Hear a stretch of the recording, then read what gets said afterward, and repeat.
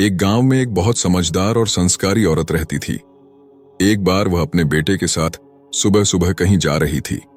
तभी एक पागल औरत उन दोनों माँ बेटे के रास्ते में आ गई और उस लड़के की माँ को बहुत बुरा भला कहने लगी। इस पागल औरत ने लड़के की माँ को बहुत सारे अपशब्द कहे, लेकिन फिर भी उस औरत की बातों का माँ पर कोई असर नहीं हुआ और वह मुस्कुराते हुए आगे बढ़ गई।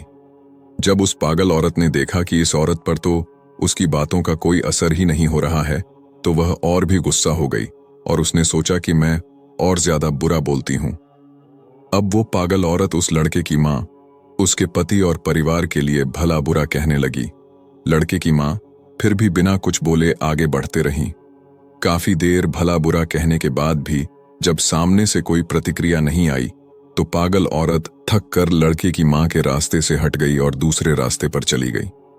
उस औरत के जाते ही बेटे ने अपनी माँ से पूछा कि माँ, उस औरत ने आपको इतना बुरा भला कहा, पिताजी और घर के अन्य लोगों तक के लिए बुरी बातें कहीं, आपने उस दुष्ट की बातों का कोई जवाब क्यों नहीं दिया? वो औरत कुछ भी जो मन में आया बोलती रही और आप मुस्कुराती रही। क्या आपको उसकी बातों से जरा भी कष्ट नहीं हुआ? उस समय माँ ने बेटे को कोई जवाब नहीं दिया और चुपचाप घर चलने को कहा। जब दोनों अपने घर के अंदर पहुंच गए तब माँ ने कहा कि तुम यहां बैठो, मैं आती हूं।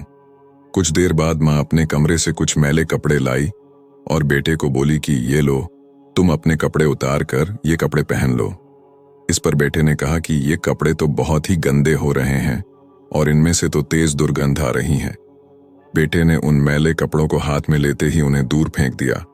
अब माँ ने बेटे को समझाया कि जब कोई तुमसे बिना मतलब उलझता है और भला बुरा कहता है, तब उसके मैले शब्दों का असर क्या तुम्हें अपने साफ सुथरे मन पर होने देना चाहिए? ऐसे समय में गुस्सा होकर अपना साफ सुथरा मन क्यों खराब करना? किसी के फेंके हुए मैले अपशब्द हमें अपने मन में धारण करके अपना मन नहीं खराब करना चाहिए और न ही ऐसी किसी बात पर प्रतिक्रिया देकर अपना समय ही नष्ट करना चाहिए। जिस तरह तुम अपने साफ सुथरे कपड़ों की जगह ये मैले कपड़े धारण नहीं कर सकते, उसी तरह मैं भी उस औरत के फेंके हुए मैले शब्दों को अपने साफ मन में कैसे धारण करती? यही वजह थी कि मुझे उसकी बातों से कोई फर्क नहीं पड़ा।